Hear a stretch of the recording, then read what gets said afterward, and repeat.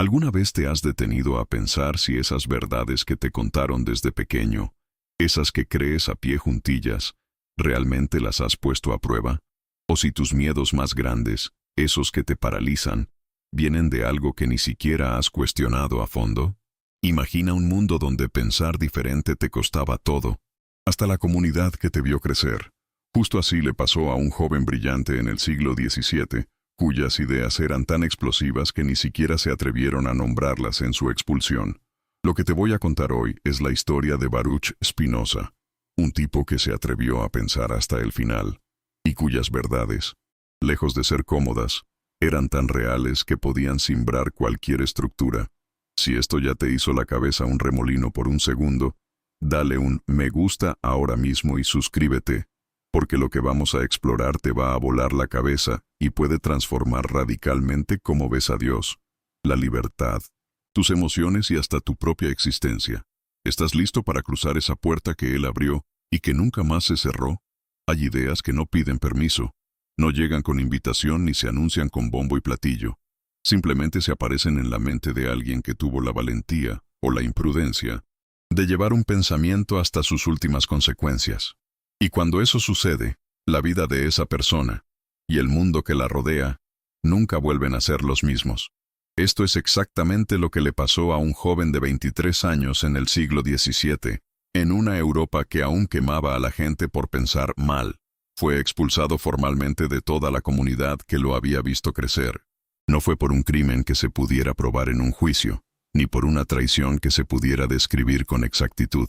El documento oficial de su expulsión hablaba de opiniones abominables y actos monstruosos, pero jamás explicó cuáles. Nunca los nombró ni los detalló. Y este silencio intencional, este vacío preciso donde debería haber una acusación concreta, nos dice mucho más sobre lo que estaba pasando que cualquier confesión. Porque cuando una institución poderosa castiga a alguien con la máxima severidad posible, y aún así se niega a decir por qué, lo que revela, sin querer, es el verdadero tamaño de su miedo. Los nombres se pueden refutar, los argumentos se pueden debatir, pero una idea que ni siquiera se puede pronunciar en voz alta sin darle cierta legitimidad, esa idea es la más peligrosa de todas. Baruch Spinoza tuvo esa idea, o, mejor dicho, tuvo varias. Y lo más inquietante no era que fueran destructivas, sino que eran verdaderas. Aquí está lo que la mayoría de las historias sobre Spinoza pasan por alto. Él no era un nihilista. No era alguien que quisiera derrumbarlo todo por gusto o por enojo. De hecho, fue una de las mentes más apasionadas por la idea de Dios que la filosofía occidental ha producido. Solo que para él, Dios era tan absoluto, tan completamente presente en cada átomo de la existencia, que las religiones organizadas simplemente no tenían la estructura suficiente para contenerlo. No disminuyó a Dios, lo expandió más allá de lo que las instituciones podían manejar. Y eso fue precisamente lo que nadie pudo perdonarle. Spinoza pasó el resto de su vida en soledad, puliendo lentes en una ciudad fría para pagar lo básico de su subsistencia, rechazando pensiones generosas y puestos intelectuales de prestigio, ofrecidos por admiradores poderosos. La condición siempre era la misma, implícita o explícita. Modera lo que dices. Suaviza tus conclusiones. Deja algunas verdades a medias.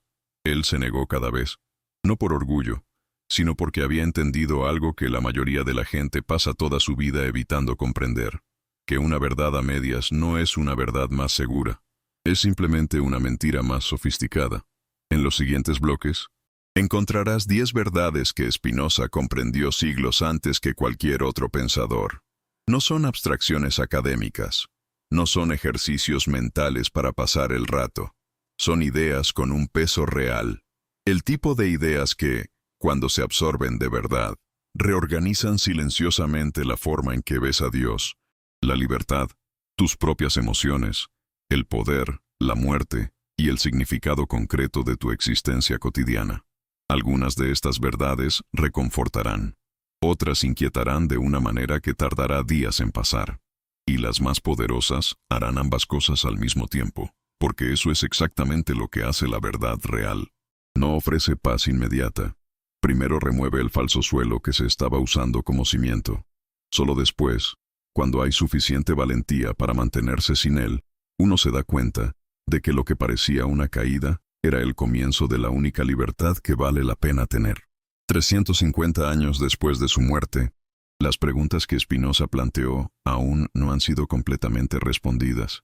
Las verdades que descubrió aún sorprenden y asustan a quienes las encuentran por primera vez. Y el mundo que describió con tanta precisión, un mundo donde la razón puede liberar, donde Dios está en todo, donde la libertad es posible sin ilusión, aún no ha llegado por completo. Pero la puerta que Él abrió nunca se ha cerrado de nuevo. Y tú estás a punto de cruzarla. Hay una pregunta que la mayoría de los niños hacen en algún momento de la vida, usualmente en una noche tranquila, mirando el techo o el cielo estrellado, y que la mayoría de los adultos a su alrededor desvían rápidamente con una respuesta ensayada, una historia reconfortante o una sonrisa que disfraza la incomodidad. ¿Dónde está Dios? La respuesta estándar, repetida en miles de religiones, culturas y tradiciones durante milenios, es siempre una variación de la misma imagen. Dios está allá arriba, está más allá, está afuera, está en un lugar separado del mundo que habitamos, observando desde una distancia segura, interviniendo cuando quiere, castigando cuando es necesario, recompensando cuando está satisfecho. Dios es una presencia externa al universo, el creador que precede a la creación, el arquitecto que existe independientemente del edificio que construyó. Esta imagen es tan antigua, tan profundamente arraigada en la conciencia humana, que la mayoría de la gente nunca se ha detenido a preguntar si realmente tiene sentido. No sentido poético, no sentido emocional, no sentido cultural, sino sentido lógico, filosófico, real. Spinoza se detuvo, y lo que encontró cuando hizo esta pregunta honestamente fue algo tan radical que, incluso hoy, 3 siglos y medio después, todavía provoca incomodidad en quienes lo leen por primera vez. La idea central es esta: si Dios es infinito, y todas las tradiciones religiosas que Spinoza conocía afirmaban que sí, Dios es infinito, omnipresente, absoluto, entonces no puede haber nada fuera de Dios. Porque si hay algo fuera de Dios, entonces Dios tiene un límite, tiene una frontera, tiene un punto donde termina y donde algo más comienza. Y un ser con límites no es infinito, es solo muy grande. La lógica es simple, casi brutal en su sencillez. Si Dios es verdaderamente infinito, entonces el universo entero, cada piedra, cada estrella, cada pensamiento, cada emoción, cada partícula de materia y cada onda de energía, está dentro de Dios. No creado por Dios como un artesano, crea un objeto separado de sí mismo, sino existiendo dentro de la sustancia misma de Dios, como una ola existe dentro del océano, como un pensamiento existe dentro de una mente. Spinoza llamó a esto Deus sive natura, o Dios o la naturaleza, no porque pensara que Dios y la naturaleza eran lo mismo en un sentido banal, como si Dios fuera solo otro nombre para árboles y ríos, sino porque entendió que toda la realidad, todo lo que existe, todo lo que ha existido, todo lo que podría existir, es la expresión de una única sustancia infinita, que puede ser llamada tanto Dios como naturaleza, dependiendo del ángulo desde el que se observe. Vista desde el ángulo de la eternidad, de la totalidad, de la causa última de todo, es Dios. Vista desde el ángulo de las formas concretas, de los cuerpos, de los fenómenos, de las leyes físicas, es la naturaleza. Pero es la misma cosa, una realidad, una sustancia, infinita, eterna, sin principio ni fin, sin exterior ni interior, porque es el espacio mismo dentro del cual podría existir cualquier distinción entre interior y exterior. Para entender por qué esto fue tan explosivo en el siglo XVII, es necesario comprender lo que estaba en juego. La teología dominante, tanto cristiana como judía e islámica, dependía de un Dios que estaba fundamentalmente separado del mundo. Esta separación era la base de todo, de la creación como un acto voluntario, de la intervención divina como una posibilidad real, de los milagros como rupturas de las leyes naturales por una voluntad superior, del juicio como consecuencia de una relación entre creador y criatura, del cielo y el infierno como destinos posibles para las almas que sobreviven al cuerpo.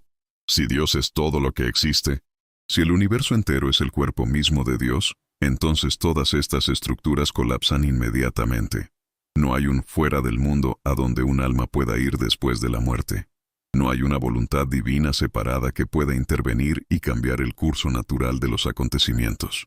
No hay milagro posible, porque las leyes de la naturaleza no son obstáculos que Dios se impone a sí mismo y luego decide violar. Son la expresión misma y necesaria de la naturaleza de Dios. Dios no puede violar las leyes de la naturaleza por la misma razón por la que un círculo no puede ser cuadrado. No es una limitación de poder. Es una cuestión de identidad. Esto no significa que Spinoza fuera ateo. Esta es una de las confusiones más persistentes e injustas con su pensamiento.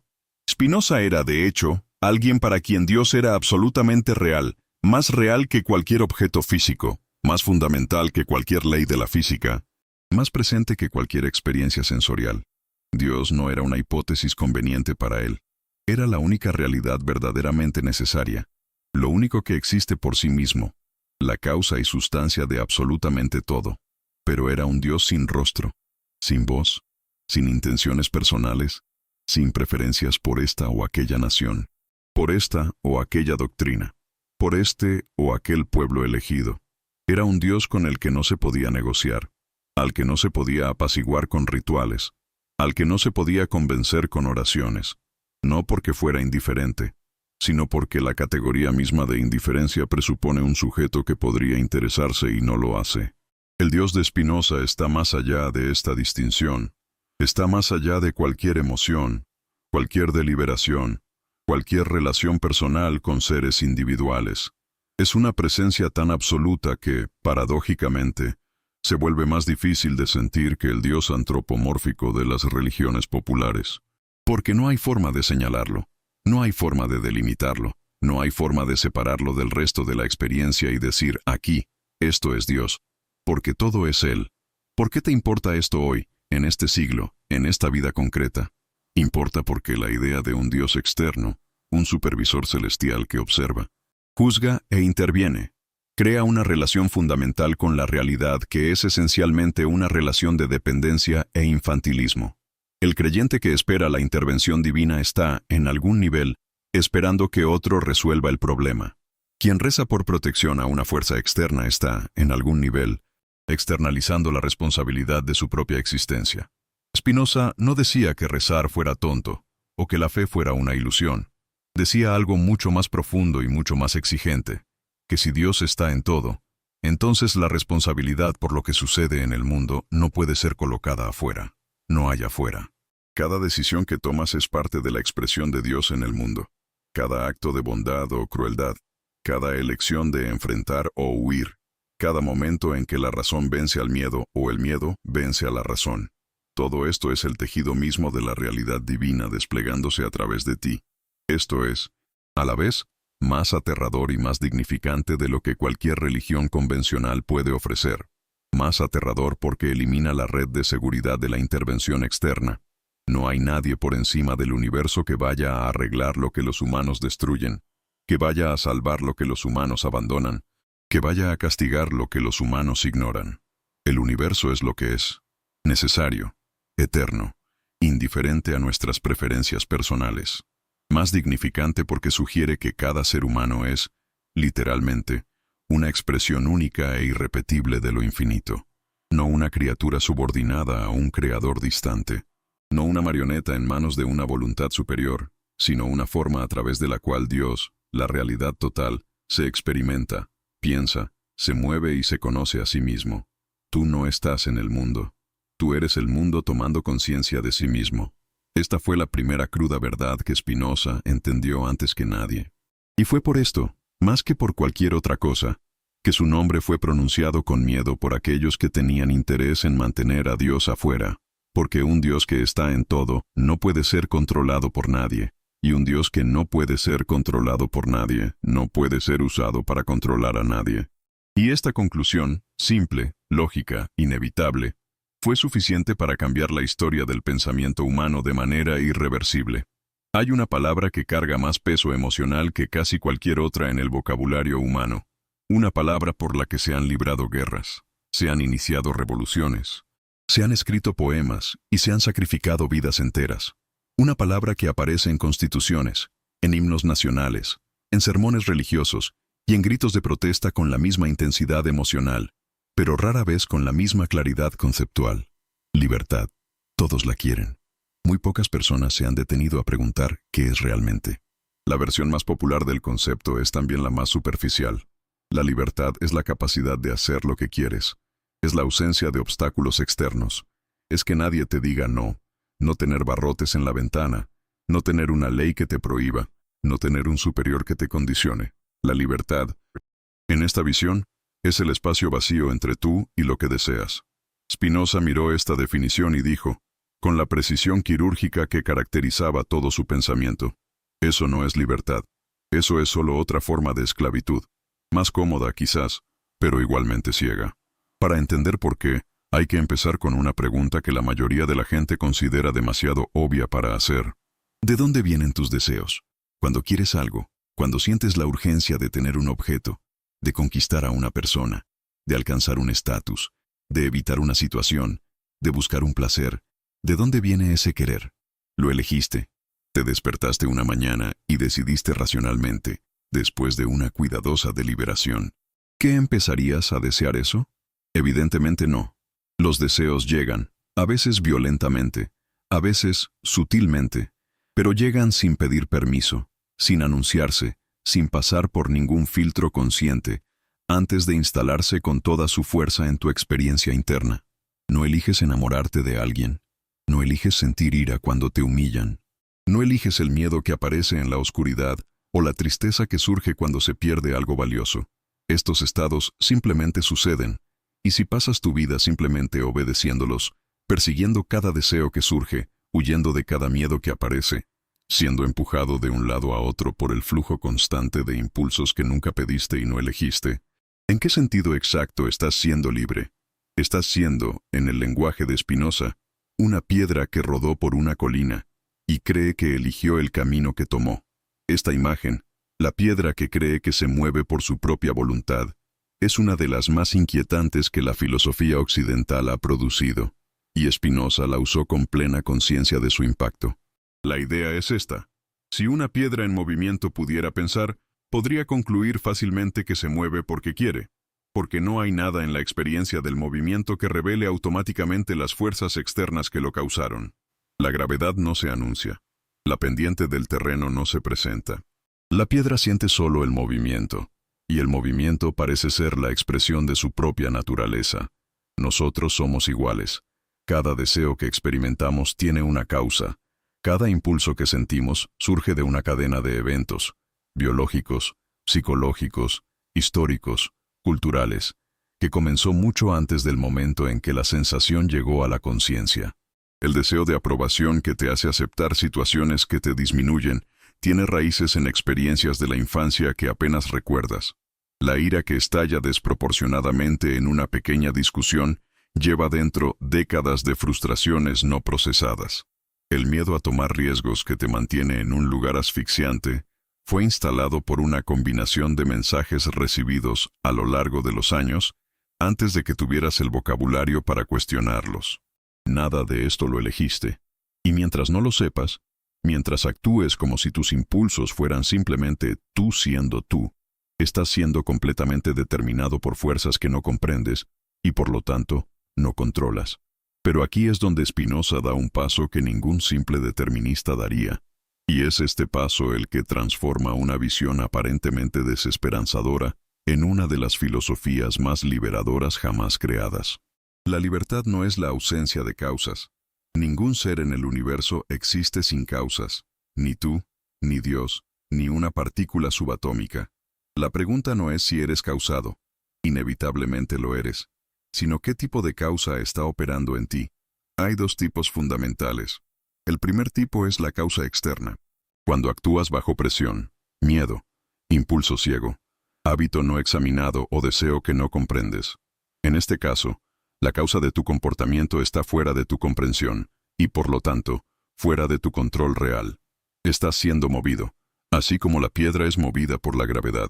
El segundo tipo es lo que Spinoza llamó la causa adecuada.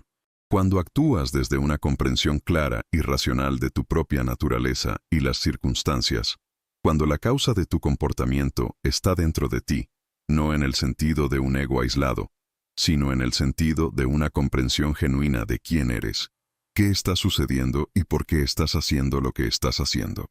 Esto, y solo esto, es libertad. No hacer lo que quieres, sino comprender lo que quieres. ¿De dónde vino ese querer? ¿Qué produce? ¿Qué revela sobre tu naturaleza? Y desde esa comprensión, actuar de una manera que sea una expresión auténtica de tu razón, no una reacción automática a un estímulo que apenas percibiste. La diferencia puede parecer sutil. En la práctica, es la diferencia entre una vida vivida en reacción y una vida vivida en respuesta consciente. Un ejemplo concreto. Imagina a dos personas enfrentando el mismo tipo de conflicto con alguien cercano. Ambas sienten ira. Ambas tienen el impulso de atacar, de defenderse, de herir de vuelta. La primera persona actúa inmediatamente desde ese impulso. Dice lo que siente sin filtro. Escala el conflicto. Produce más dolor. Luego, quizás se arrepiente. Pero el patrón se repite porque el patrón nunca ha sido examinado. La segunda persona también siente la ira. Igual de intensa, igual de real. Pero antes de actuar reconoce la emoción. Pregunta de dónde viene. ¿Qué necesidad insatisfecha está señalando? ¿Qué respuesta sería más consistente con quien esa persona quiere ser? Y actúa desde esa comprensión, no desde el impulso crudo. Ambas personas sintieron lo mismo, pero solo la segunda actuó libremente en el sentido que Spinoza le dio a la palabra. Esto tiene implicaciones que van mucho más allá de la psicología personal.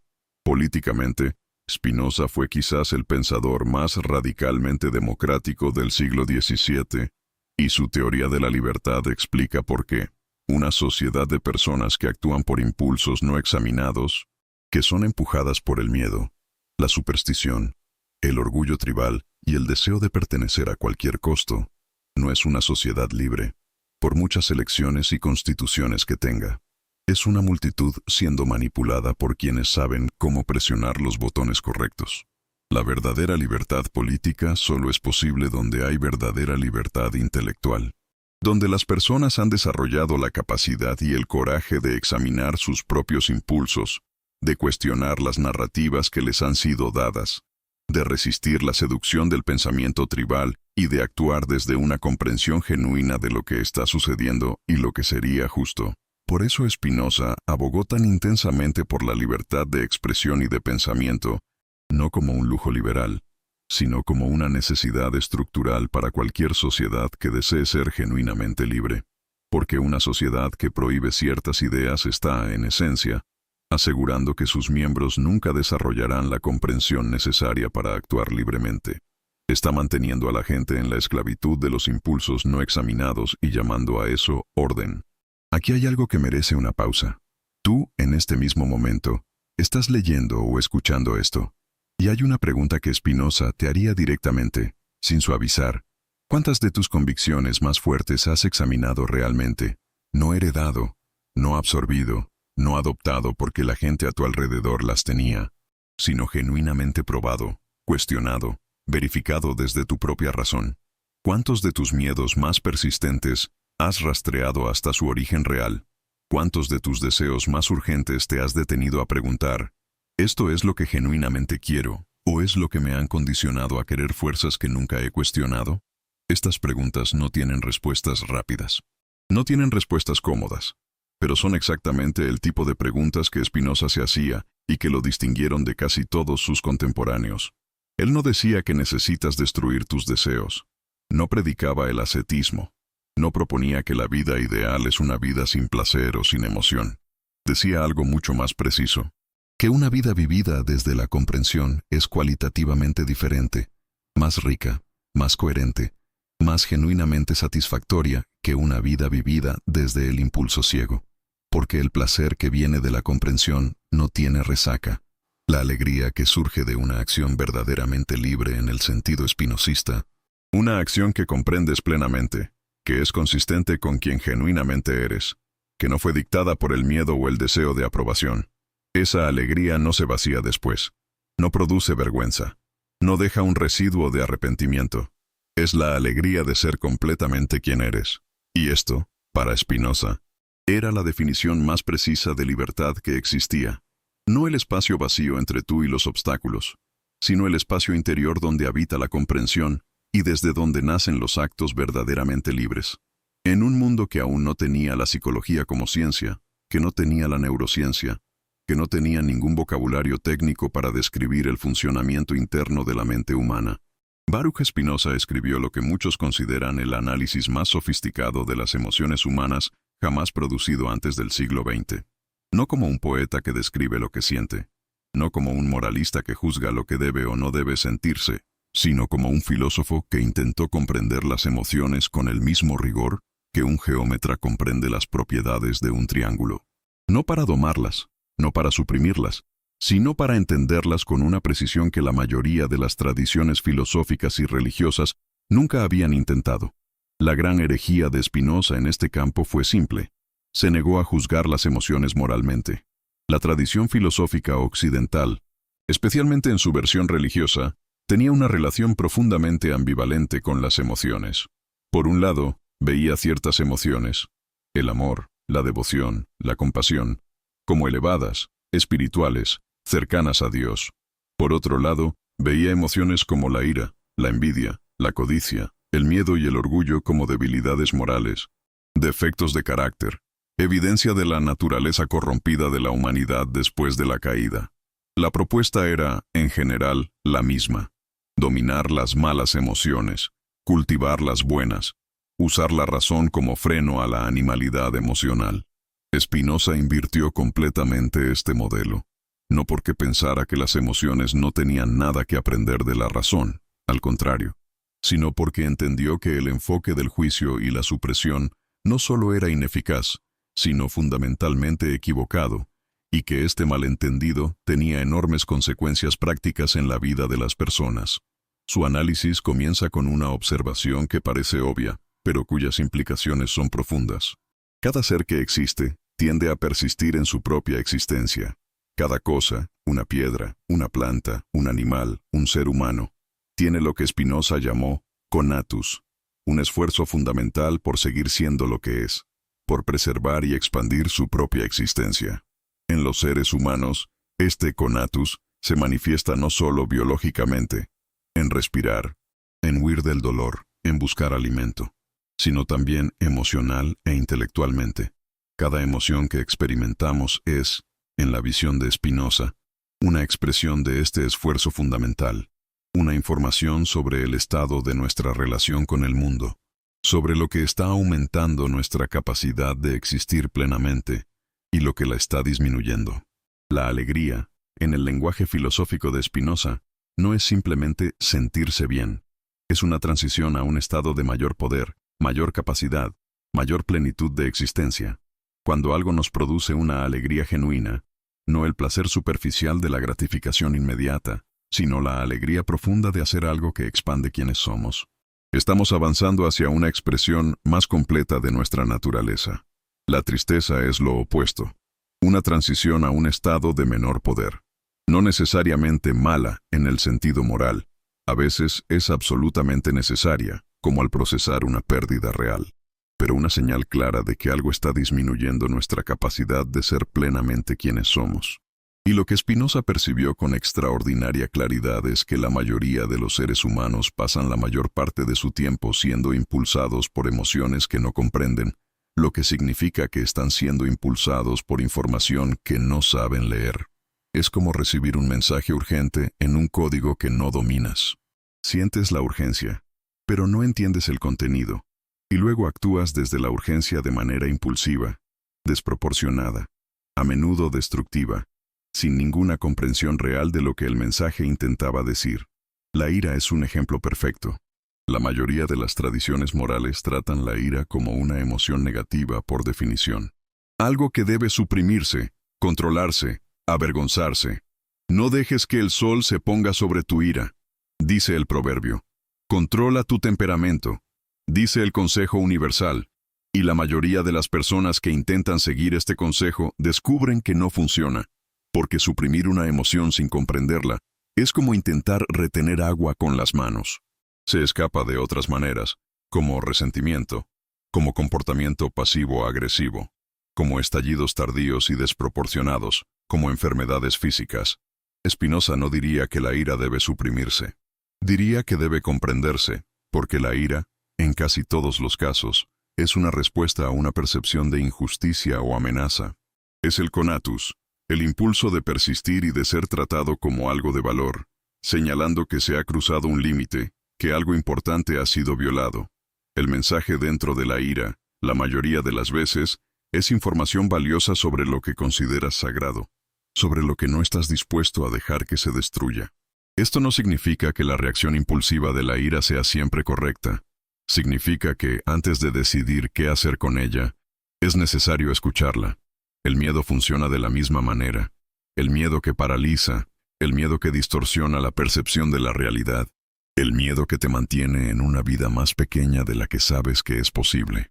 Ese miedo no desaparece al ser ignorado o avergonzado. Desaparece cuando comprendes qué es exactamente lo que está siendo amenazado, si la amenaza es real o imaginada, si tu respuesta al miedo es proporcional o fabricada por experiencias antiguas que ya no se aplican. Spinoza fue, en este sentido, un psicólogo siglos antes de que existiera la psicología. Su propuesta no era eliminar las emociones, sino transformar la relación con ellas. Pasar de una postura reactiva, donde las emociones simplemente suceden y eres arrastrado por ellas, a una postura comprensiva, donde observas lo que sientes, preguntas de dónde viene, qué está señalando, y decides conscientemente qué hacer con esa información. Esto no produce insensibilidad, produce lo opuesto. Una de las observaciones más contraintuitivas de Spinoza es que una persona que comprende profundamente sus emociones es capaz de sentir con más intensidad y riqueza que una persona que simplemente las suprime o las obedece ciegamente. Porque cuando no le tienes miedo a tus propias emociones, cuando no necesitas huir de ellas ni ser devorado por ellas, puedes encontrarlas plenamente, dejarlas comunicar lo que tienen que comunicar y luego integrar esa información en tu forma de estar en el mundo. También hay una dimensión social crucial en este análisis que Spinoza desarrolló con una claridad que todavía hoy resulta inquietante. La mayoría de la violencia humana, individual, social, política, histórica, no proviene de personas que han elegido racionalmente ser crueles. Proviene de personas que actúan por emociones que no comprenden, miedo que se convierte en agresión, vergüenza que se convierte en humillación de otros, envidia que se convierte en destrucción de lo que no se puede poseer, tristeza que se convierte en indiferencia ante el sufrimiento ajeno. La crueldad, en esta visión, no es lo opuesto a la debilidad. Es la expresión más visible de la debilidad.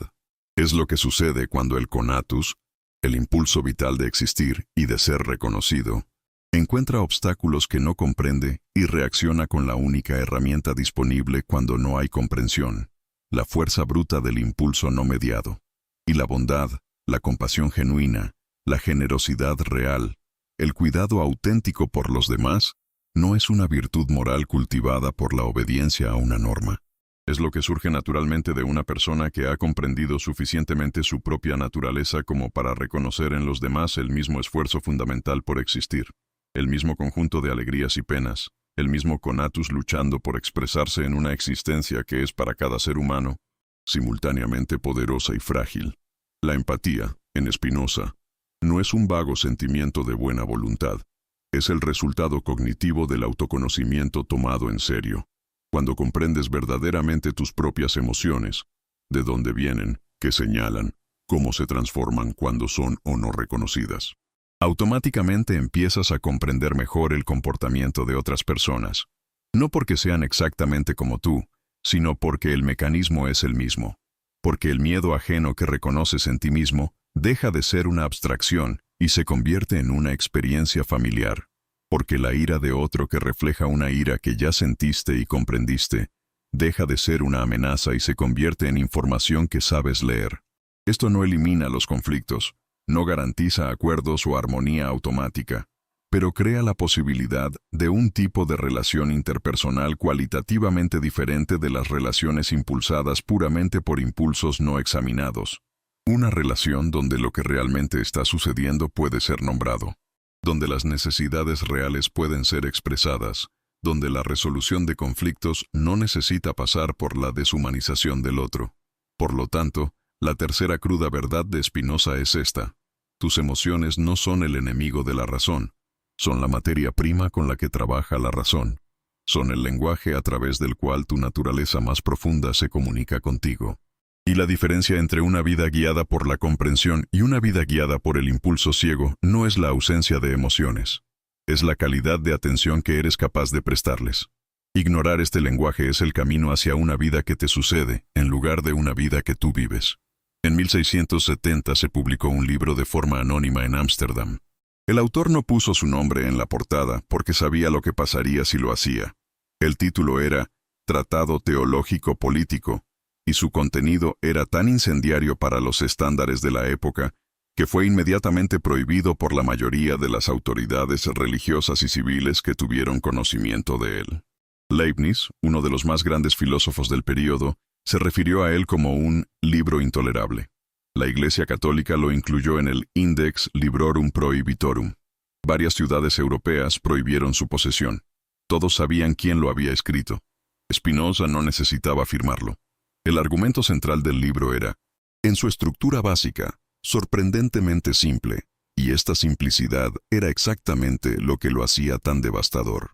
Spinoza propuso que la Biblia se leyera como cualquier otro texto humano, prestando atención a las circunstancias históricas de su composición, a los autores que la escribieron, a las audiencias a las que fue dirigida, a las contradicciones internas que revela y a las transformaciones que sufrió a lo largo de siglos de transmisión y traducción, no como un documento sagrado que no puede ser cuestionado, sino como un texto producido por seres humanos en contextos históricos específicos, con objetivos que eran tanto espirituales como políticos, y que necesita ser leído con el mismo rigor crítico que cualquier otro documento histórico importante.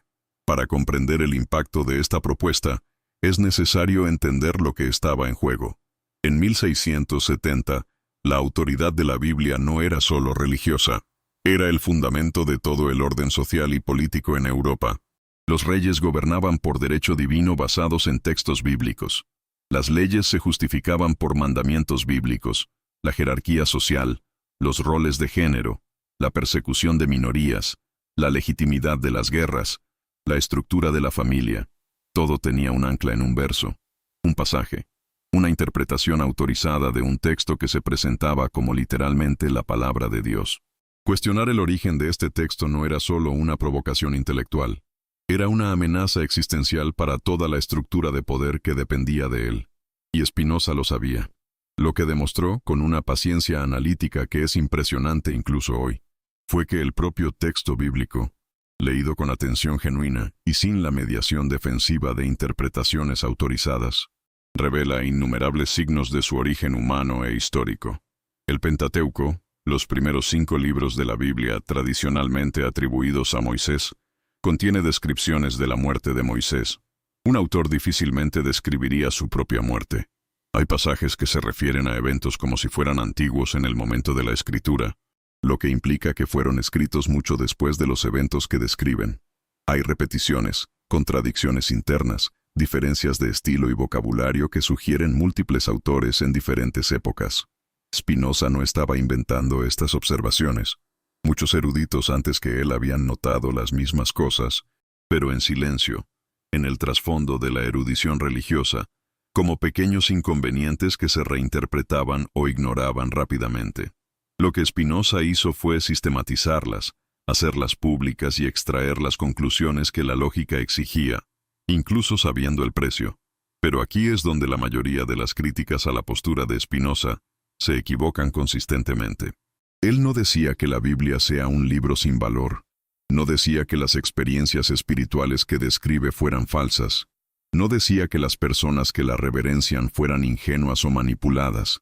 Decía algo mucho más preciso y mucho más interesante, que la Biblia tiene un propósito específico, y que este propósito no es transmitir verdades filosóficas o científicas sobre la naturaleza de Dios y el universo. El propósito de la Biblia, en el análisis de Spinoza, es moral y político. Transmitir, de una manera accesible, a personas con diferentes niveles de educación y en diferentes contextos históricos, un mensaje central sobre cómo los seres humanos deben tratarse entre sí. Y este mensaje central que puede resumirse en la exigencia de justicia y amor al prójimo, no pierde nada de su fuerza y, de hecho, gana claridad.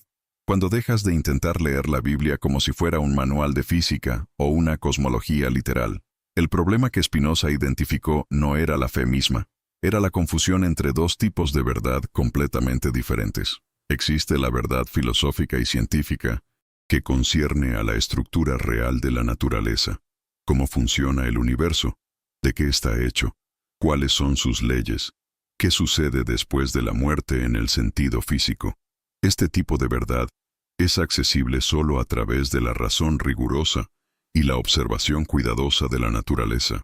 No puede ser decretada por ninguna autoridad, no puede ser revelada por ninguna visión, no puede ser reemplazada por ninguna tradición.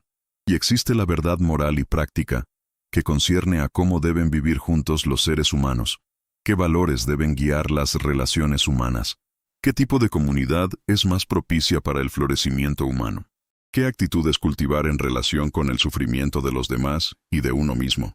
Este tipo de verdad puede comunicarse a través de historias, metáforas, parábolas, narrativas, las herramientas que la Biblia utiliza magistralmente.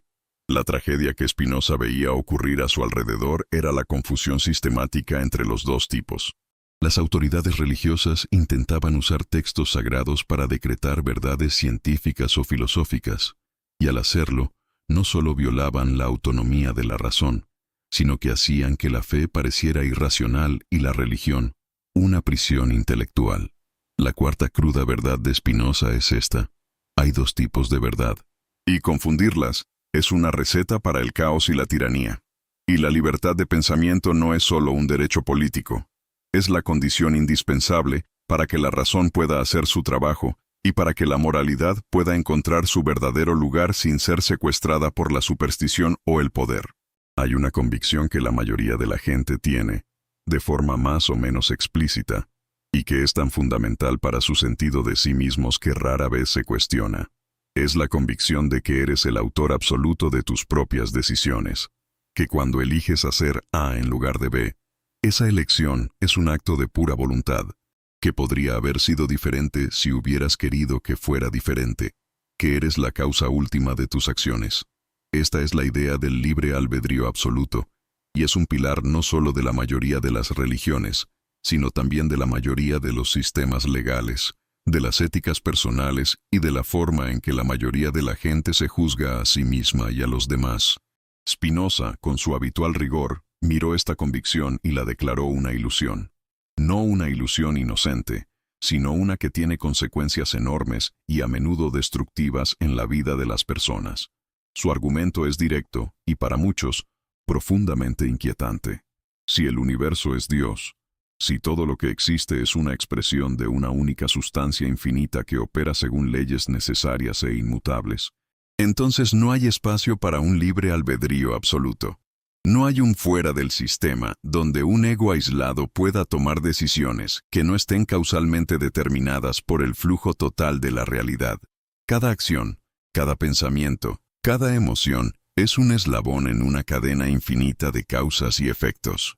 El sentimiento de que podríamos haber elegido de otra manera es, en la visión de Spinoza, el resultado de nuestra ignorancia sobre las causas reales que nos impulsan.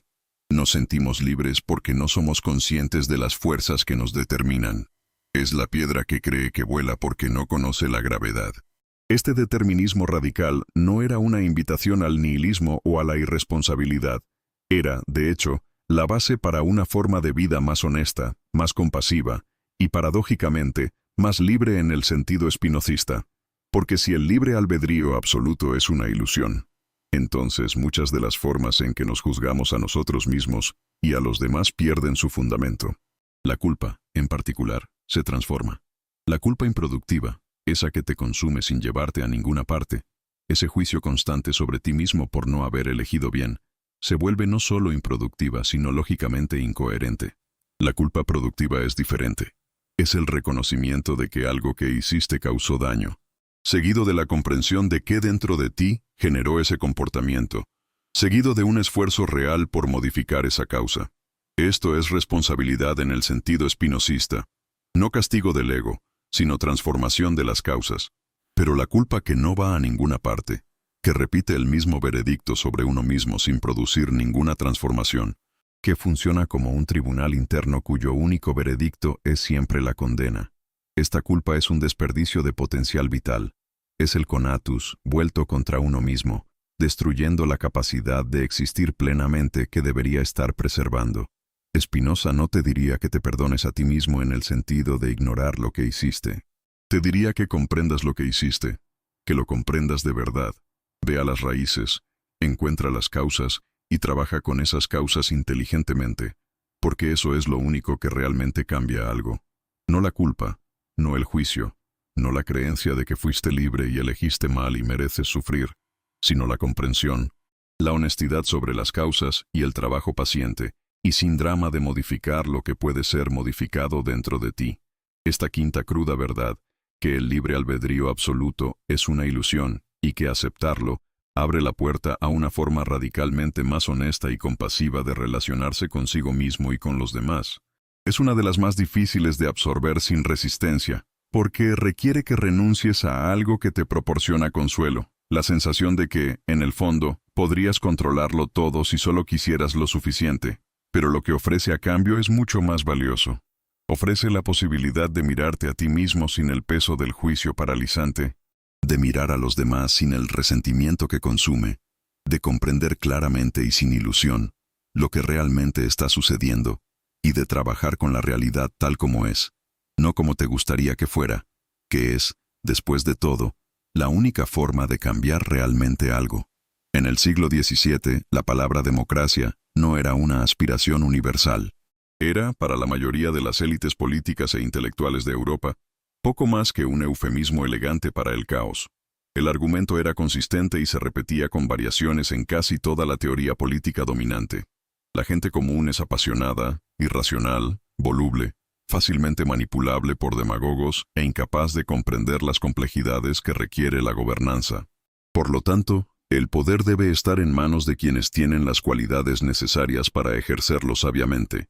Un rey por derecho divino, una aristocracia de nacimiento o mérito, una teocracia guiada por la autoridad sagrada.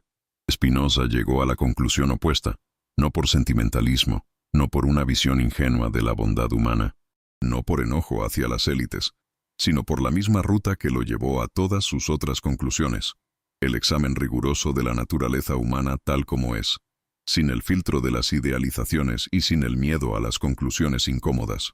El punto de partida es lo que Spinoza observó sobre la relación entre poder y corrupción, siglos antes de que esta frase se convirtiera en un cliché político. Cualquier sistema político que concentra el poder en unas pocas manos, independientemente de cuán virtuosas sean las personas que inicialmente ocupan esos puestos, crea condiciones que corrompen sistemáticamente las virtudes que deberían legitimarlo. Esto no es un fallo de implementación. Es una consecuencia estructural inevitable de la concentración de poder. La razón es simple.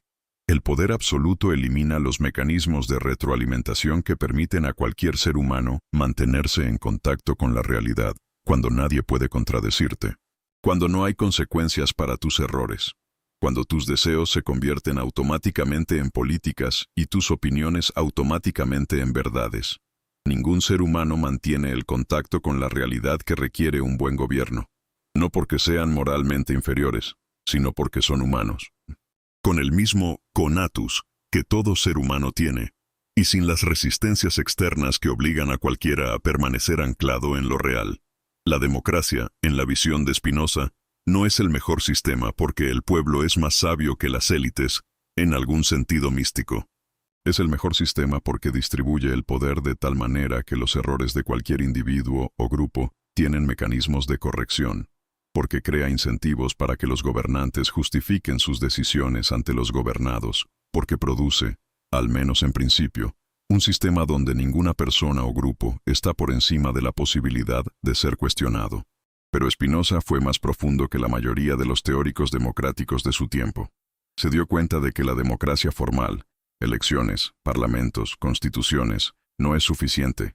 Incluso puede usarse como un instrumento de opresión si no va acompañada de una condición específica que él consideraba indispensable: la libertad de pensamiento y expresión. El argumento aquí es tan elegante en su lógica que es casi impactante en su claridad. Una democracia es un sistema donde el poder emana del consentimiento de los gobernados, pero el consentimiento solo es genuino cuando está informado. Y el consentimiento solo está informado cuando las personas tienen acceso a toda la información relevante, cuando pueden expresar y escuchar todas las perspectivas, cuando el debate público no está limitado artificialmente por la censura o la persecución. Un gobierno que celebra elecciones, pero censura la prensa, que persigue a los disidentes, que controla lo que se puede decir y pensar, no es una democracia en el sentido sustantivo. Es una autocracia con el maquillaje de formas democráticas. Pero Spinoza fue más allá incluso de este análisis ya avanzado. Se dio cuenta de que la censura, además de injusta, es fundamentalmente ineficaz en su propósito declarado. Si el propósito de la censura es proteger el orden social de la perturbación que las ideas peligrosas podrían causar, el problema es que la censura produce exactamente lo que intenta prevenir. La razón es psicológicamente obvia cuando se piensa con cuidado. Prohibir una idea no la elimina. Le da el prestigio adicional de lo prohibido. Crea mártires donde podría haber habido meros debatientes. Transforma cuestiones que podrían examinarse públicamente a la luz de la razón en conspiraciones que crecen en la oscuridad, alimentadas por el resentimiento de la persecución. No hay idea en la historia intelectual humana que haya sido eliminada por la prohibición. Hay muchas que se han fortalecido por ella. La única respuesta verdaderamente efectiva a una idea que parece peligrosa es una idea mejor, presentada de forma más clara y con mayor coherencia lógica. Y esta respuesta solo puede existir donde hay libertad de expresión, donde el debate puede darse abiertamente, donde todos los argumentos pueden ponerse sobre la mesa, donde la confrontación entre diferentes perspectivas puede producir el refinamiento que ninguna perspectiva aislada puede lograr. Hay una implicación de este análisis que es especialmente relevante en el mundo contemporáneo. Spinoza no hablaba solo de la censura gubernamental. Hablaba de cualquier mecanismo que impida el pensamiento genuinamente libre, incluyendo la censura social, la presión conformista, el miedo al ostracismo que lleva a la gente a callar lo que realmente piensa. Una sociedad donde la gente está de acuerdo públicamente, pero en desacuerdo en privado. Donde hay una enorme distancia entre lo que se dice en voz alta y lo que se piensa en silencio, es una sociedad que ha perdido el mecanismo de corrección que la hace sana. Las tensiones no desaparecen porque no se expresan. Se acumulan, y cuando finalmente emergen, lo hacen de formas mucho más violentas y destructivas de lo que lo habrían hecho si hubiera habido espacio para procesarlas continuamente en pequeñas dosis a través del debate racional. La sexta cruda verdad de Spinoza, por lo tanto, no es solo una posición política abstracta. Es un análisis preciso de las condiciones que permiten a cualquier comunidad, ya sea un país, una empresa, una familia, un grupo de amigos, procesar la realidad de forma saludable y corregir sus errores antes de que se vuelvan irreversibles. Toda comunidad que castiga el cuestionamiento está eligiendo la estabilidad a corto plazo a costa de la salud a largo plazo. Toda comunidad que fomenta el cuestionamiento honesto está eligiendo la incomodidad a corto plazo en favor de la posibilidad de corregirse, de aprender, de convertirse en algo más cercano a lo que realmente quiere ser. Esta es la apuesta democrática en el sentido más profundo que Spinoza la entendió.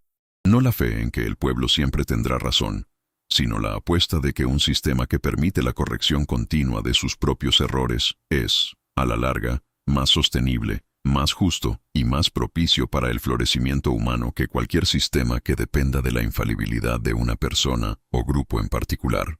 Una apuesta que, 3 siglos y medio después, aún no ha sido refutada.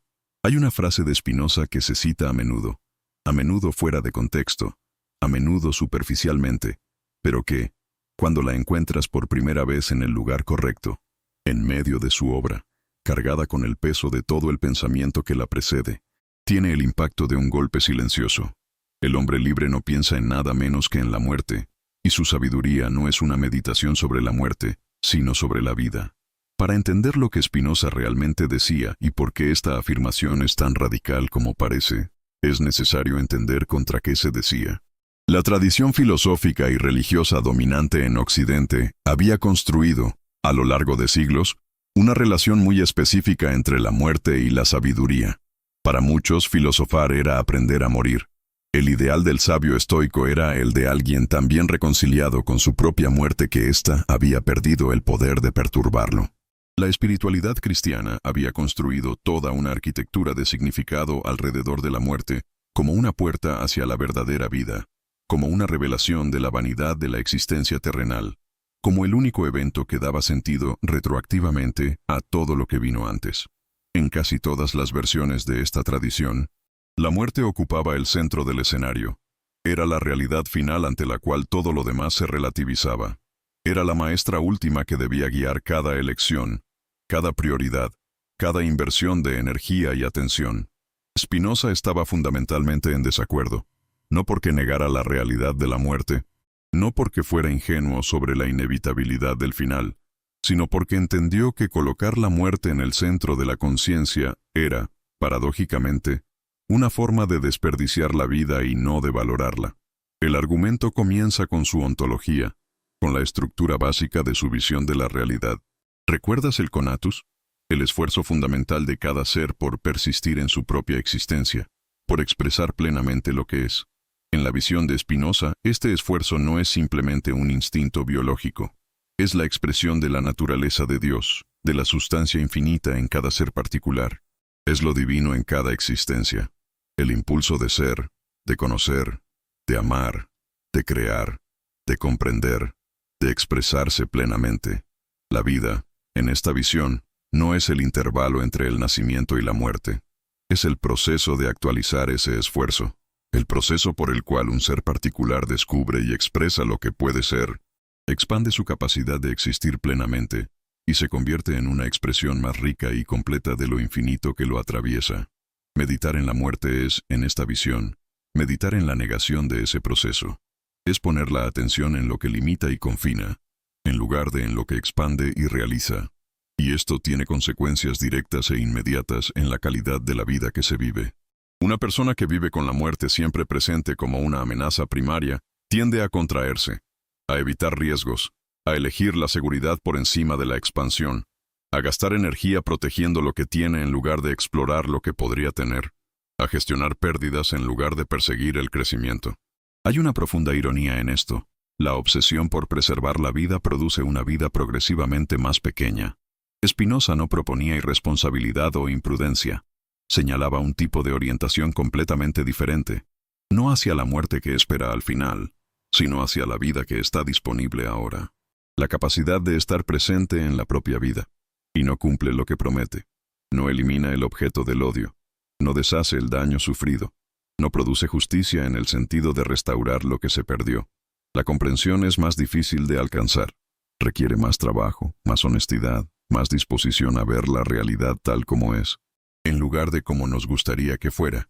Pero cuando llega, libera. Y la libertad que produce, la libertad de existir sin ser consumido por el pasado, sin ser reducido a lo que otros te han hecho, es exactamente el tipo de libertad que Spinoza pasó toda su vida describiendo y defendiendo. Hay una paradoja que atraviesa toda la filosofía de Spinoza y que se vuelve cada vez más evidente cuanto más la examinas. El pensador que más insistió en la importancia del autoconocimiento fue también el que describió con mayor claridad por qué el autoconocimiento genuino es extraordinariamente difícil. La mayoría de la gente cree conocerse bien. Conocen sus preferencias, sus miedos, sus opiniones sobre los temas relevantes de la vida. Saben lo que les gusta y lo que no les gusta, con quién quieren estar y con quién no, qué tipo de vida quieren vivir. Spinoza miró esta convicción con la misma atención crítica que aplicó a todos los demás convencimientos que la gente tomaba como evidentes y encontró, en la mayoría de los casos, lo mismo. Una ilusión sostenida por la ausencia de un examen genuino. El problema comienza con la estructura básica de la mente humana, que Spinoza describió con una claridad que la psicología moderna solo vendría a confirmar siglos después. La mayor parte de lo que determina el comportamiento humano opera por debajo del nivel de la conciencia. Las emociones que surgen, los impulsos que se forman, las evaluaciones automáticas que clasifican situaciones y personas antes de cualquier deliberación consciente. Todo esto sucede en capas de la mente a las que el pensamiento consciente no accede directamente. Lo que la conciencia accede es el resultado de estos procesos, no los procesos mismos. Y luego, construye retrospectivamente una narrativa que explica este resultado en términos que tienen sentido para la razón, pero que a menudo no corresponden a las causas reales. En lenguaje contemporáneo, esto es lo que los psicólogos llaman racionalización, el proceso por el cual la mente consciente inventa razones para comportamientos que fueron determinados por causas completamente diferentes. Hiciste algo por miedo, por envidia, por una necesidad de aprobación, y luego construiste una explicación racional convincente que no menciona ninguna de esas cosas. Spinoza no tenía este vocabulario, pero tenía la observación, y lo que percibió es que la mayoría de la gente, la mayor parte del tiempo, se describe a sí misma en términos que sirven a la autoimagen que quieren mantener, no en términos que revelen lo que realmente está sucediendo. El hombre que dice ser generoso, pero solo es generoso cuando hay testigos. La mujer que dice que el dinero no le importa, pero toma cada decisión de vida con el dinero como criterio central. La persona que dice valorar la honestidad, pero se encuentra repetidamente evitando conversaciones donde la honestidad sería inconveniente. Estos patrones no son anomalías, son la regla. Y no porque la gente sea hipócrita en el sentido de engañar deliberadamente, sino porque genuinamente no ven la distancia entre lo que creen ser y lo que realmente son. El autoconocimiento, en Spinoza, no es un proceso cómodo de introspección.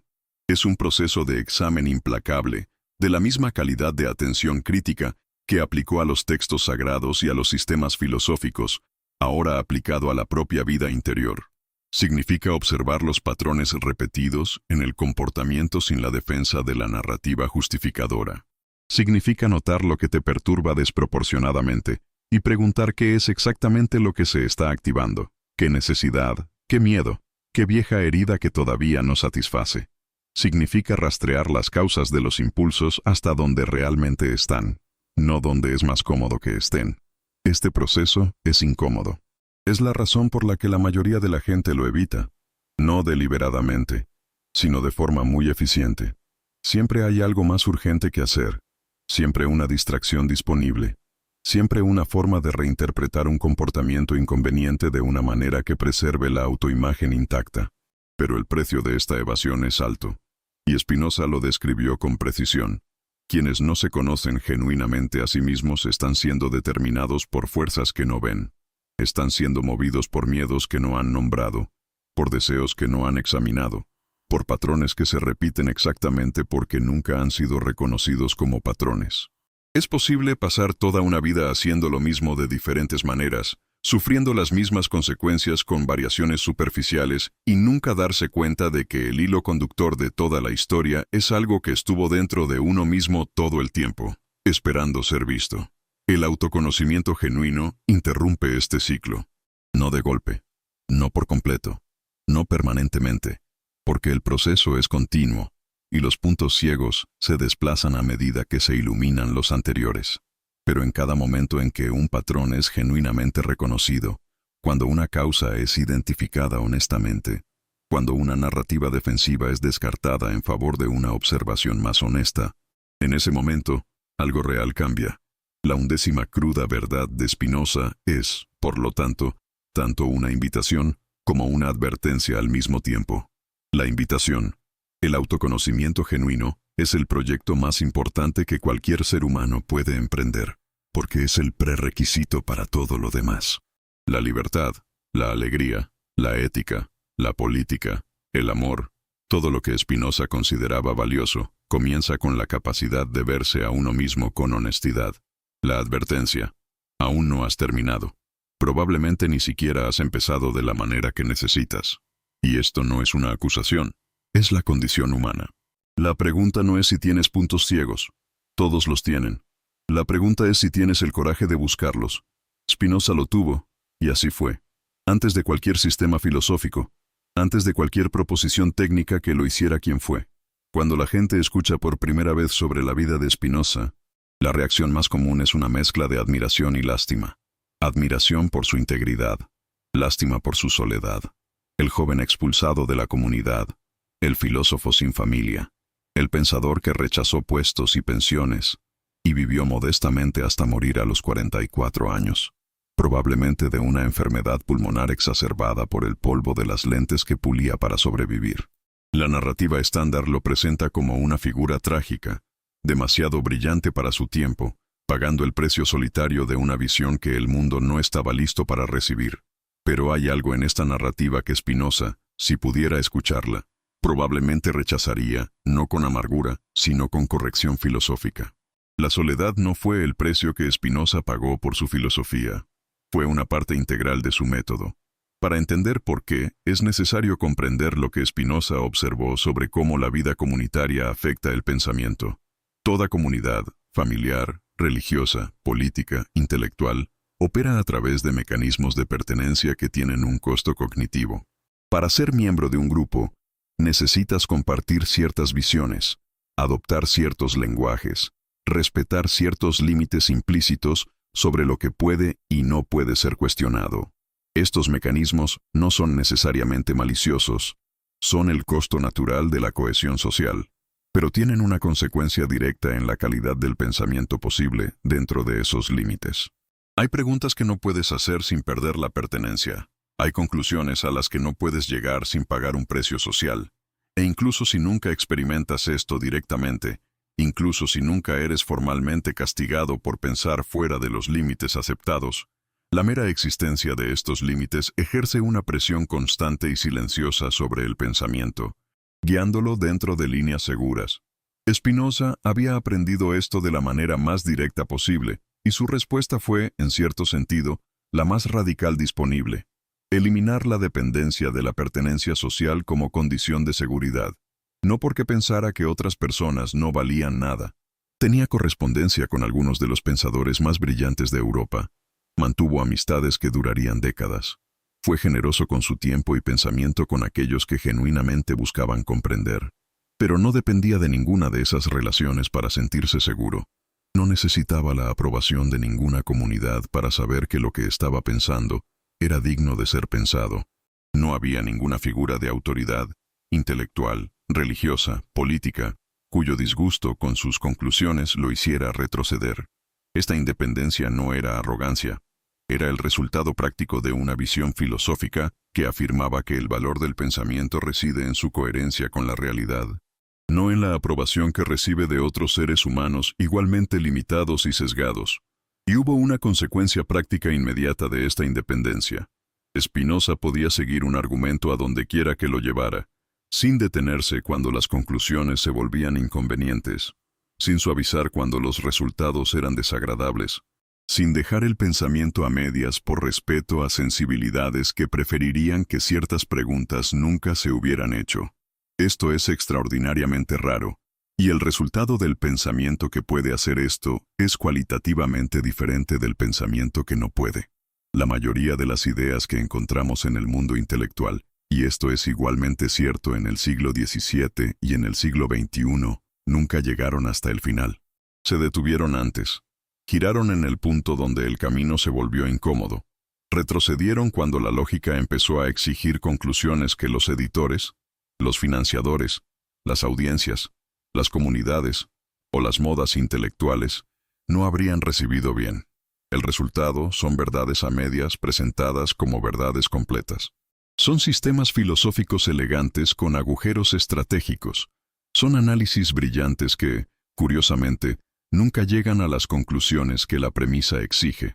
Spinoza sí llegó a ellas, y el precio fue la soledad, no como una tragedia personal, sino como una condición operativa, como el espacio necesario para que el pensamiento completara su curso, sin ser interrumpido por ninguna de las fuerzas sociales que inevitablemente interrumpen el pensamiento, que depende de la aprobación para sobrevivir. Hay una lección aquí que va mucho más allá de la filosofía académica. En cualquier dominio, intelectual, creativo, ético, personal, hay un tipo de trabajo que solo se puede hacer desde cierta independencia interna. No necesariamente aislamiento físico, sino una independencia de la necesidad de aprobación que permite ir tan lejos como la lógica, la honestidad o la intuición genuina estén pidiendo ir, incluso si nadie alrededor está aplaudiendo. Este tipo de independencia es lo que Spinoza llamaría libertad en el sentido más práctico y cotidiano de la palabra. No la libertad de hacer cualquier cosa sin consecuencias, sino la libertad de pensar hasta el final, de ser honesto consigo mismo sobre lo que uno está viendo, incluso cuando lo que uno está viendo es inconveniente, incluso cuando ninguna audiencia disponible lo recibirá bien. La 12ª cruda verdad es esta. La soledad de Spinoza fue, al mismo tiempo, el precio y el método. Y la pregunta que plantea a cualquiera que lo lee honestamente es simple y difícil a partes iguales. ¿Qué dejaste de pensar? Porque ese pensamiento habría incurrido en un precio social que no estabas dispuesto a pagar. La palabra amor se usa para describir experiencias tan diferentes entre sí, que su utilidad filosófica es casi nula sin cualificación. Amor romántico y amor por un hijo. Amor por la humanidad y amor por un plato específico de comida. Amor como posesividad y amor como entrega. Amor como transacción y amor como gratuidad. La misma palabra, 4 letras, cargando el peso de experiencias que quizás solo tienen en común la intensidad, y ni siquiera siempre eso. Spinoza tenía una definición precisa y diverge de las definiciones populares de maneras que tienen enormes consecuencias para cómo entiendes tus relaciones más importantes. Para Spinoza, el amor, en su sentido más fundamental, es alegría, acompañada de la idea de su causa. Cuando algo produce en ti una expansión del poder de la existencia, cuando la presencia de algo o alguien te hace más tú mismo, más capaz, más vivo, y reconoces esa causa, el resultado es amor. Esto parece simple, pero cuando examinas cuidadosamente lo que esta definición excluye, su radicalidad se revela. Excluye, en primer lugar, lo que a menudo llamamos amor, pero que en realidad es necesidad. La dependencia que se parece al amor porque la ausencia del otro produce sufrimiento. El apego que se parece al amor porque el pensamiento de perder al otro es insoportable. La intensidad que se parece al amor porque el otro se ha convertido en el único punto de referencia para la propia identidad. Spinoza no diría que estas experiencias son insignificantes, pero diría que se confunden con el amor por una razón muy específica. El dolor de perder algo valioso es real, y la intensidad del dolor se toma como medida de valor y, por lo tanto, como evidencia de amor. Pero la intensidad del sufrimiento no es igual al amor, es igual a la dependencia. Y la dependencia, por mucho que se parezca al amor en la superficie, tiene una estructura fundamentalmente diferente, porque su motivación central no es la alegría y el crecimiento del otro, sino el mantenimiento de la propia seguridad. El amor que disminuye al otro para mantenerlo cerca no es amor. Es posesión con vocabulario afectuoso. El amor que necesita el sufrimiento del otro para sentirse necesario no es amor. Es cuidado parasitario que sirve primero a quien cuida. El amor que exige que el otro permanezca exactamente igual para seguir siendo amable no es amor. Es apego a una imagen. Y el ser humano real detrás de la imagen es, en esta estructura, secundario.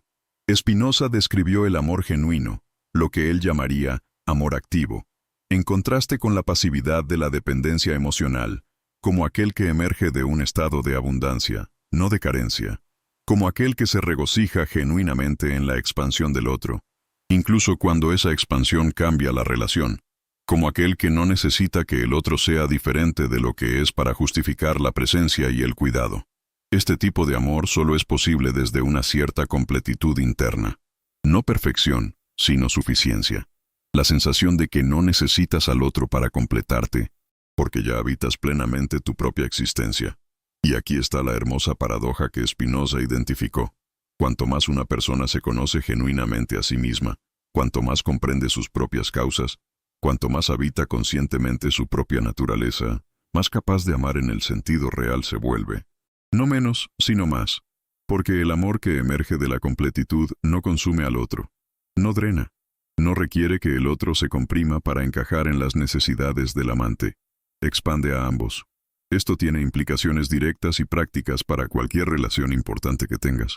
La pregunta que Spinoza haría no es, ¿amas a esta persona? Sino, la presencia de esta persona te hace más o menos capaz de ser quien genuinamente eres. La relación expande o contrae tu capacidad de existir. Cuando estás con esta persona, te acercas o te alejas de la mejor versión de ti mismo. Y simétricamente, ¿tu presencia hace lo mismo por el otro? Estás en relación con la persona real que tienes delante, con toda la complejidad e imprevisibilidad que esto implica, o con la imagen que construiste y necesitas que esta persona confirme continuamente. Estas son preguntas que la mayoría de la gente nunca se hace sobre las relaciones más importantes de sus vidas. No porque sean crueles o descuidadas, sino porque el vocabulario emocional disponible rara vez distingue entre amor y necesidad, entre cuidado genuino y posesión afectuosa, entre presencia real y comodidad familiar. Spinoza proporcionó ese vocabulario. Y usarlo, incluso si causa incomodidad inicial, incluso si revela cosas sobre las propias relaciones, que sería más cómodo no ver. Es un acto de honestidad que beneficia tanto al amante como al amado, porque el amor que ve claramente lo que está sucediendo es el único que tiene una base real para perdurar, y el amor que se basa en ilusiones sobre quién es el otro, sobre lo que realmente quieres, sobre lo que la relación está produciendo para ambos, está construido sobre un terreno que tarde o temprano se moverá. La 13ª cruda verdad de Spinoza es esta: el amor real comienza con la claridad, no con la intensidad, y la claridad que exige sobre uno mismo. Sobre el otro, sobre lo que la relación está haciendo a ambos, es más difícil de cultivar que cualquier sentimiento, pero también es el único cimiento sobre el cual se puede construir algo genuino. Hay una escena que nadie describió porque nadie estuvo allí para verla. Febrero de 1677. Una ciudad del norte de Europa, fría y gris como el invierno que aún no ha terminado. Una pequeña habitación, una cama. Baruch Spinoza muriendo a los 44 años, solo, sin familia, sin comunidad, sin el reconocimiento que la historia le daría póstumamente, pero que en vida nunca llegó de la manera que importa. El reconocimiento de ser visto completamente, de ser comprendido por lo que realmente fue, de que el trabajo de toda una vida fuera recibido por el mundo con la seriedad que merecía. ¿Qué habría pensado en ese momento? Nadie puede saberlo. Pero el sistema de pensamiento que dejó ofrece algunas pistas. No habría pensado en la muerte con miedo. Había escrito sobre ella con suficiente claridad como para creer que entendía lo que había que entender sobre el tema. La muerte era el fin de una forma particular, no el fin de la sustancia que era, no el fin de las ideas que había puesto en el mundo, no el fin del proceso por el cual la realidad se conoce a sí misma a través de cada ser particular que existe. Habría pensado, probablemente, si había pensado con suficiente honestidad, si había seguido la lógica a donde lo llevaba con suficiente coraje, si había amado en el sentido que él entendía el amor, no como posesividad, sino como alegría genuina en la existencia de todo lo que existe, con suficiente profundidad. Estas no eran las preguntas de un hombre que había desperdiciado su vida. Eran las preguntas de alguien que había tomado la vida en serio de una manera que muy pocas personas pueden sostener. Ahora, más de 3 siglos y medio después de esa fría habitación, has llegado al final de estas 10 verdades y 4 bloques más que intentaron desplegarlas con la seriedad que merecen. La pregunta que queda no es ¿qué pensó Spinoza, o hizo, o sufrió? La pregunta que queda es ¿qué harás tú con lo que leíste? No en el sentido de una aplicación práctica inmediata de una lista de acciones a ejecutar el lunes por la mañana, sino en el sentido más lento y profundo de cómo una idea genuinamente absorbida transforma silenciosamente la forma en que habitas tu existencia. La primera verdad, que Dios es todo lo que existe, que tú no estás en el mundo, sino que eres el mundo tomando conciencia de sí mismo, cambia la relación con lo sagrado de una manera que ningún ritual puede producir. No porque los rituales sean malos, sino porque esta verdad va más allá de donde cualquier ritual llega. La segunda, que la libertad es comprensión, no ausencia de obstáculos. Cambia la forma en que persigues lo que quieres y cómo entiendes tus propios fracasos. La tercera, que las emociones son un mapa, no una debilidad. Cambia la relación con tu propia vida interior de una manera que ninguna terapia puede producir si la voluntad de mirar honestamente no está presente. Y así, hasta la 10ª, que cierra el círculo. Que la comprensión y el odio son incompatibles, y que la libertad de existir sin ser consumido por el pasado comienza exactamente en el punto donde la comprensión reemplaza al juicio. Estas no son ideas de un filósofo muerto. Son diagnósticos precisos de problemas vivos. Problemas que tú llevas, que la gente a tu alrededor lleva, que las sociedades de todo el mundo están sufriendo consecuencias que vemos a diario. La incapacidad de examinar las propias emociones produciendo violencia política. La confusión entre la fe y el literalismo bíblico produciendo guerras que nunca terminan. La ilusión del libre albedrío absoluto produciendo sistemas de castigo que destruyen sin transformar. La búsqueda de la felicidad como un objeto externo, produciendo generaciones de personas exitosas que no saben qué hacer consigo mismas cuando se detienen. Spinoza vio todo esto. Escribió sobre todo esto con una claridad que el siglo XVII no pudo recibir plenamente, y que el siglo XXI todavía está, con reticencia e incomodidad, empezando a absorber. Lo que él pediría, si pudiera pedir algo, no sería que estuvieras de acuerdo con todo lo que dijo. No era lo suficientemente dogmático como para querer discípulos. Era lo suficientemente racionalista como para preferir a los críticos que piensan seriamente a los adoradores que aceptan sin examinar. Lo que pediría es que pienses, no que consumas información, no que colecciones ideas interesantes para el repertorio de conversación, sino que pienses con la honestidad que él intentó demostrar que era posible, con el coraje de seguir el argumento a donde quiera que te lleve, con la voluntad de llegar a conclusiones que incomoden. Si eso es lo que la lógica exige, porque es exactamente esto, este tipo específico de pensamiento, honesto y valiente y dispuesto a pagar el precio que la honestidad exige, lo que Spinoza creía que era lo único que podía transformar genuinamente a un ser humano. No la religión, no la política, no la terapia, no la meditación, no ninguna práctica o sistema o movimiento colectivo que no comience con la voluntad individual de cada persona de mirar la realidad sin pestañear, empezando por la realidad más cercana y difícil de todas, la propia.